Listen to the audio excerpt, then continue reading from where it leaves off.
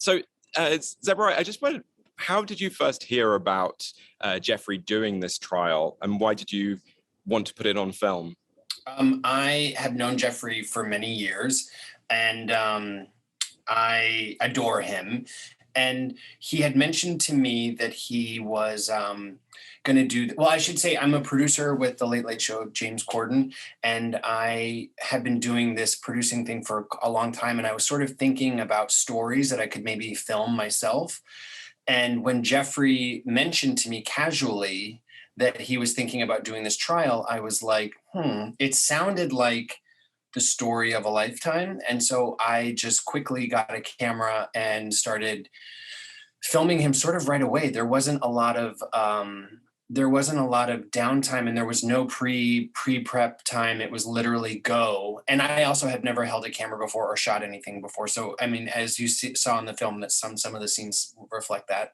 But I just think anyone who is going to go up against a David versus Goliath, Goliath being a big pharmaceutical company and David being a long-term HIV survivor and a community hero, I just think that's the story of a lifetime. So I just wanted to, I felt like it was important to get it on tape, just to have it documented. And, you know, it's just an extra win that Jeffrey is as charming and lovely and special of a person as he is, and that really radiates through the story, through the film. And yeah, I mean, it's just a story of a lifetime, like a guy trying to cure HIV. I mean, who wouldn't want to film that or be a part of that? And I love, as well as being focused on the trial that you're doing, Jeffrey, we also get some of your, it's a portrait really of your life, and the Best in Drag show that you've been involved in for years as well. What was it like sort of looking back over some of that footage that Zeberiah includes in the film? Well, you know, some of it, I mean, it's like, I see the change. I mean, I lost a lot of weight at the beginning of the trial. And that first week I was in it, I wasn't seeing anyone. I just didn't, I was like, it was so unpredictable physically what was going to happen to me. And seeing myself just kind of not looking my best I was very self-conscious. And then listening and watching the footage and hearing my voice and hearing how animated I am, and just naturally, and just kind of just finding acceptance with that, because you know, it's the one thing on Saturday I'm a little anxious about, seeing myself, you know, 40 feet wide on a screen in front of all those people. So, and then just watching the journey of it, the feeling good about it, the feeling bad about it, the frustration of the process, certainly with COVID coming in, and it's just been a journey with the whole thing, and allowing myself to just go, okay, you know, Zeb calling, I'm going to come up, I'm going to come to the house, and we're going to do, I was like, okay, you know, and trying to get out of bed and just pull it together to have company. Yeah. So what was your initial reaction to just a film being made about you doing the trial, Jeffrey? You know what, James, I do a lot of service here in Los Angeles, in the recovery community, in the HIV homeless community, raising money. I do a lot of service. And so it's one of those things, you're in a lot of action, but then, and it's such a group effort. I just rally the troops. I'm really fortunate that way. And then to have, what I'm coming away with is like, we as gay, I know for myself as a gay man, we just so desperately want to be seen. In a way, I'm not, you know, I know that what I look like and how I fit in, and especially being an older gay man in this community. And all of a sudden I am being seen in a way that's, I just go, oh, I'm visible. I'm visible here in town, but I'm like, there I am, very visible in a way that is new for me. And so I'm just kind of leaning into the acceptance of it, and just kind of going along with it and showing up with it, because it's unusual. It's unusual to be front and center this way, yet it's really what we all crave, is just to be in the spotlight for the season or for the moment, you know? James, I just want to interrupt for a second and say that I think when you think of like the gay community and you think of like people that we would sort of look at as heroes, right? I think that Jeffrey in our film, the main thing I want people to take away is what a hero he is. He risked his life to help his community for no money. He did it in spite of fear and possible death. He is of maximum service to hundreds of people around him. He helps people get and stay sober. He raises money for HIV charities. He risked his life. He is the perfect embodiment of like what a hero in our community should be. And so for me, I just want people to walk away from this film really sort of acknowledging what a huge gesture of love and service Jeffrey provided to everyone. And also like that he is the perfect person that we should sort of look up to. Or, you know, sort of if you're looking to see a reference of someone that's doing something good in this world, Jeffrey is one of those people. And as like a gay man of a certain age, I think that we need that. We need more of those people in our community. And Jeffrey, I hope for him that this is just the beginning of being in the spotlight. You know, I think that like this is the kind of spotlight that I'd like to see him hold on to for a long time, you know. Sorry to interrupt. And no, not at all. And the film at Outfest is going to be paired with AIDS DIVA, about an activist, Connie Norman, who similarly, I think, hasn't had a spotlight shone on her, or at least not, you know, for like a long time. Yeah. Who used to be a friend of mine. I met the director and I was like, you know, I used to spend summers in Kauai with her and her husband and his boyfriend and all the radical fairies back in the 80s. I mean, when everyone in the 80s was testing positive, they just sent us to UC Medical Center, I mean, downtown. So you're in waiting areas and hallways with people literally gasping for their last breaths and dying of AIDS. And then all of us trying to get our bottle of AZT because that's all we had back in the 80s when I tested positive in 87. And so Connie was like, you're too sensitive to be down there. And so like in 88, 89, she got very involved with getting us treatment outside of UC Medical Center. So I've known her and knew of her, you know, it's like, and so it was so funny that we're paired with her. I'm just like thrilled, really thrilled about it.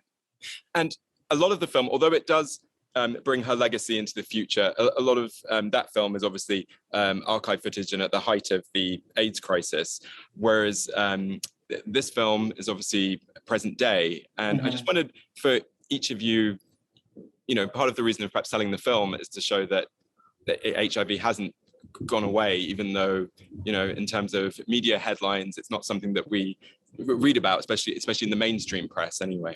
Yeah, to me, it's one of the most heartbreaking moments in our film when Jeffrey talks about other diseases being more important and other diseases taking the spotlight, and that people aren't having big fundraisers and like Hollywood isn't, you know, having these big events anymore to raise money and attention on this disease.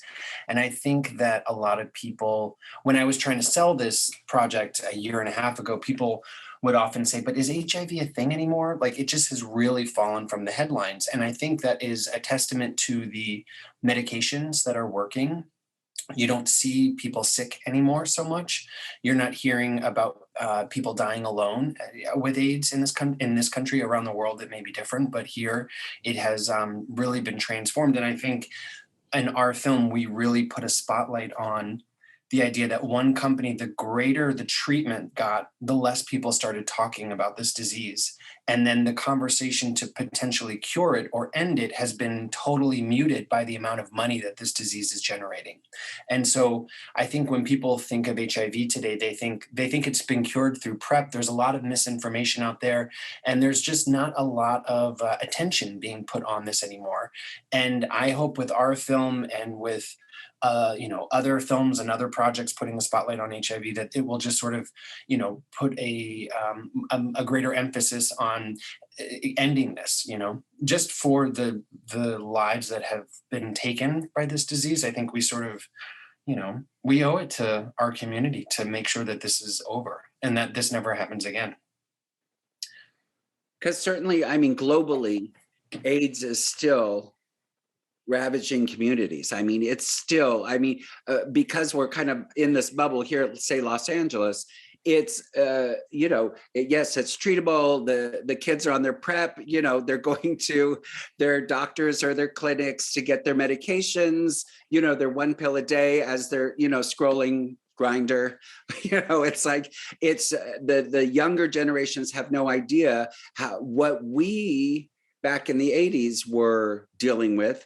And then, to watch the evolvement of it being treatable. But as everything is, it's like, it's big money. It's big money. So here in Los Angeles or New York, Chicago, those bigger cities where people are just kind of taking their medications and going on with their lives, there's still a stigma about it. And there's still countries where millions of people are sick, infected, and dying, so.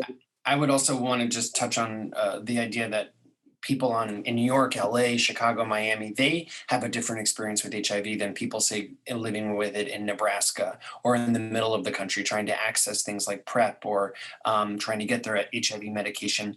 I was in Georgia this summer and spoke to a bunch of people who talked about how difficult it is to stay on care with HIV treatments because the insurance companies and the state will just kick you off every 3 months. And so I think for people on where we live, it's very easy and there's not an issue, but we need to think about the entire country and about our fellow friends and people in the community in the middle of the country. And people will see from the film, Jeffrey, but if you could just briefly maybe touch on here your experience of being on the trial, what that was like, and just how your health is today.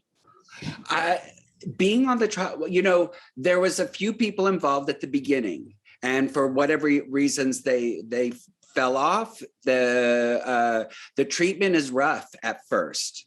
And so, and it interrupts your life. And then, or even the people that were before me who all of a sudden they're showing no viral load, they're not on medications, they're thinking, oh, great. And they go back out there without precaution. And then they come back with a new strain of HIV. And so it's the dedication of the last year and a half, almost 2 years, November will be 2 years that I started this, I've been just very conscious of taking care of myself, which makes it a little lonely at times. And that, my journey of getting my health back after really going down, and then how it is today is just like, I'm excited about the possibility of what this vaccine will do. I'm excited about the possibility that it's not attached to big pharma and stuff. And so for me, it's like, I'm just going along, and really now I'm so curious about what this is, because the possibility of curing myself of HIV through this was never my intention. My intention, truthfully, is what is the greater cause of this information? Even if it's a total flop, they have this information in the pipeline, if it's not this vaccine, we can change it and do whatever and spin it and then go over here. And maybe that's the magic ingredients of this cake. And so I'm just, going along with, I'm not on medications. I have no viral load. And but that doesn't mean I'm cured of HIV. So they have to measure the reservoirs, which they had to simplify it because I don't always understand what they're talking about. Yeah, no, I'm waiting on the TED Talk from Jeffrey on exactly what is happening. Yeah, so it's like, they'll measure, is the HIV hiding in the muscle structure, in the back, in the brain, in the tissues where it's hiding, because it can, they injected somebody's healthy cells into my body, and my HIV was like, oh, what is this? And so then they put the vaccine, which was getting the HIV already in my body, and it was just kind of killing off the HIV from what I'm understanding. And so I have to do another process, which is like a 4-hour thing where they take blood out and spin it, grab the cells and the plasma, put that in a little bag while the purified blood goes back into my body. And so it's like this 4-hour process to find, that way they'll measure, and then they'll send that to DC to be examined with their supersonic tests and stuff. that's the easiest way to explain it. Well, thank you for putting it in layman's terms, and it's fascinating, and I thank you for your bravery for taking part in it. Oh, thank you.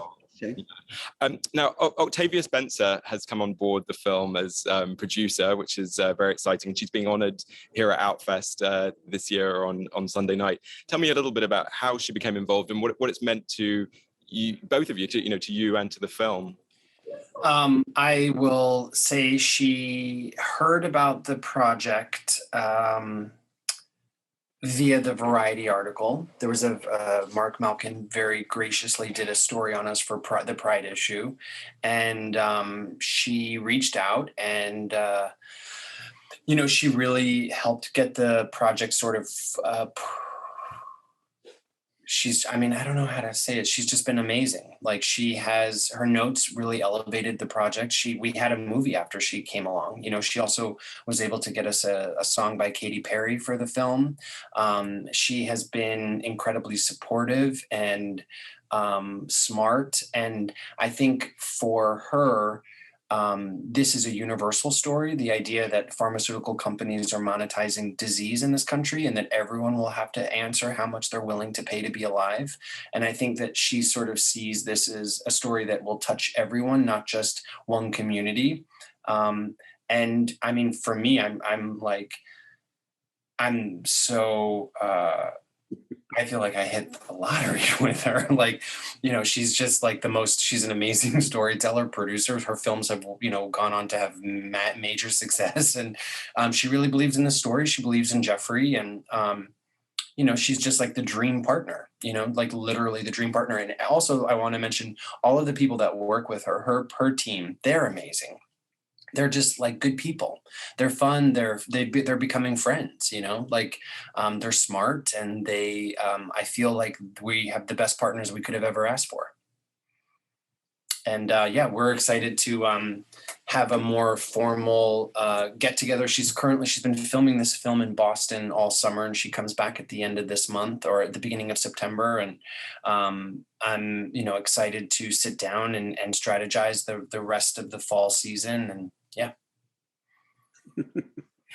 Is there anything you wanted to add, Jeffrey? Or no, truthfully, James, it just knocks me out. I mean, she posted yesterday a little video I did for Outfest introducing the film. And like today, there's like 25,000 views or something. And it baffles me that, I go, oh, look at this Oscar winner say, Jeffrey Drew is an unsung hero, and she explains our film. And I go, oh my gosh, that is wild. That is wild to me. It's so not part of my daily life. And so it's impressive. I'm grateful she's so passionate about the film. And truthfully, I mean, my family just thinks I'm a celebrity or something, because here's this Oscar winner posting about me on Instagram. My nieces and nephews are just like, so excited. So it's helping us find visibility, because I think it's important that the community know that there's options out there, that there are people not attached to big pharma that are trying to make a difference. And people ask me, how can you do that? Even some of my closest friends, why are you doing this? And I was like, why not? Why not? Why, we have to, as a community and as mankind, humankind, take care of our own, because as we see the struggles with government and money and the influence of that, we have to take care of our own. If that means making a difference globally with this information and a possible cure, then why not? And Zeberiah, tell me a little bit about including the footage from the congressional hearing on the price of Truvada for PrEP, because there's some very powerful moments in the film. Well, when we were working on the film, we obviously doing research, you come across this congressional thing that had happened, congressional hearing that had happened just months before Jeffrey decided to participate in this trial, which really sort of highlights the bad business practices of this one pharmaceutical company and how they're really taking advantage of the American consumer and people sick with HIV. It was specifically around PrEP, which, as you know, when PrEP came out, it was supposed to be this game changer, this equalizer in terms of spreading new infection. But the reality is that this one pharmaceutical company controlled the patent on PrEP and made it very expensive and very difficult to access. So instead of numbers going down, numbers actually went up because people had this idea that PrEP that there was a cure for HIV. There was just a lot of misinformation. So this congressional hearing happened, I think, in March 2019, just a few months before Jeffrey decided to do this trial. And, just super compelling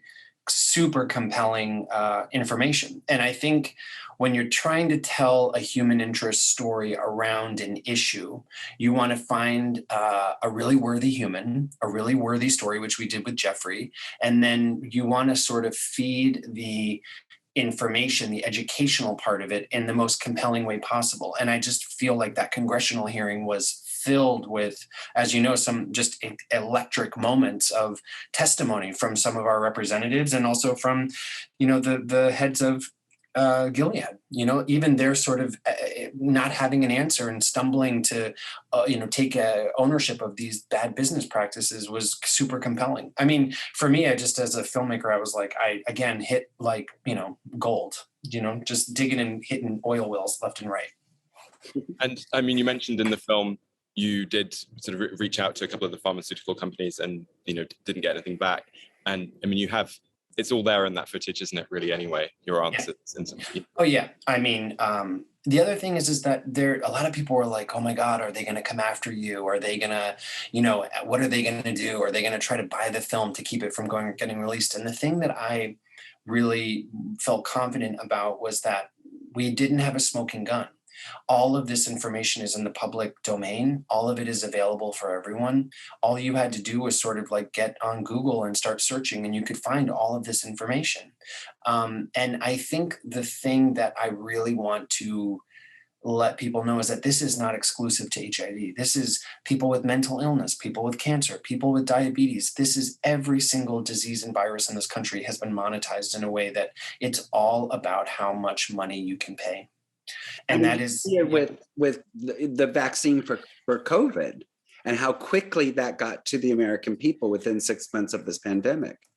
They have access to these things, to curing these diseases, and they're choosing not to because they want to make the most money for the longest amount of time. Listen, in this country, that system has worked for a very long time. We have rewarded breakthroughs in medicine with money. If a company is going to spend a lot of money to find some sort of cure or treatment, we will pay them appropriately. But that has sort of gotten out of hand. And I feel like we're now in a place where people are taking advantage of that. And they're not even wanting to work on diseases that don't make enough money. I'm sure if you find people with very specific types of cancers or very rare diseases, there's not a lot of treatment out there because pharmaceutical companies don't see a lot of money in it.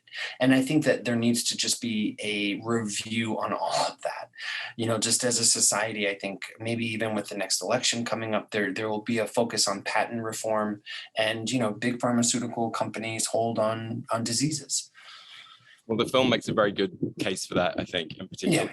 Jeffrey's story at the center of it. So away from the film, I've just got one final question for you. And it's for your favorite piece of LGBTQ plus culture or a person who identifies as LGBTQ plus, just someone or something that's had an impact on you and resonated with you over the years and why. So do you want to take that one first, Zeberiah? Oh my God, can I choose Jeffrey? I want to choose Jeffrey. I want to choose Jeffrey because I've known him for such a long time and he's such an example of service. I see him and if you know Jeffrey, he's always helping someone. He's usually helping someone get sober, stay sober. He's usually bringing someone food or a big book to a treatment center. He is putting on drag shows to help raise money for people. He is just the perfect definition of someone who gives all of his free time and energy to helping other people. And I think right now we live in a very hyper self-obsessed culture. And I think Jeffrey is a good anecdote to that, to just sort of be aware of like, what are you doing for someone else? You know, what have you done for someone else today? So I know that I could pick a million other people, but I'm going to like just love on Jeffrey. That was very sweet, and I'm glad you did. It was a great answer. I'm sorry I ruined it at the beginning by thinking you were just making Jeffrey answer first, but no. you were picking Jeffrey as your person. So that's great. And Jeffrey, how about for you? You know, truthfully, it's kind of like the soundtracks of my life. I was a little gay boy that left home at 17 to the streets of Hollywood.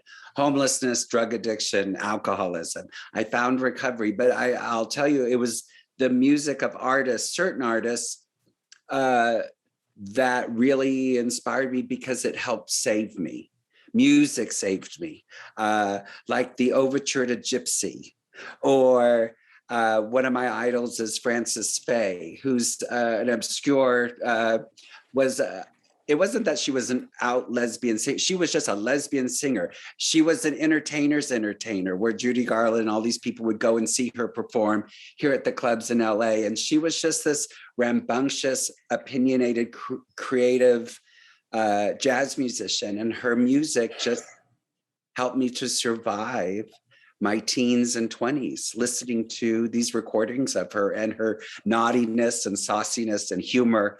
And I thought, oh, if she can survive, you know, it gave me the key to surviving my little gay life as a little kid, which was about humor and music. So I would say Frances Faye. I would say all the, you know, the MGM musicals, the Broadway show tunes, you know, those things, that music, those creators really inspired me because it was the closest thing I found to a loving God that was taking care of little boy Jeffrey, who was kind of out running amok, you know, so yeah. Well, it's amazing how powerful music can be, isn't it? Right. Yeah. Well, thank you for sharing that, Jeffrey and Zeberiah, and congratulations on the beautiful film, which was going to be premiering at Outfest on Saturday. Yeah. Thank you so much for having us. Thank you for having us. It's very kind of you, James. Yeah, thank you so much, James.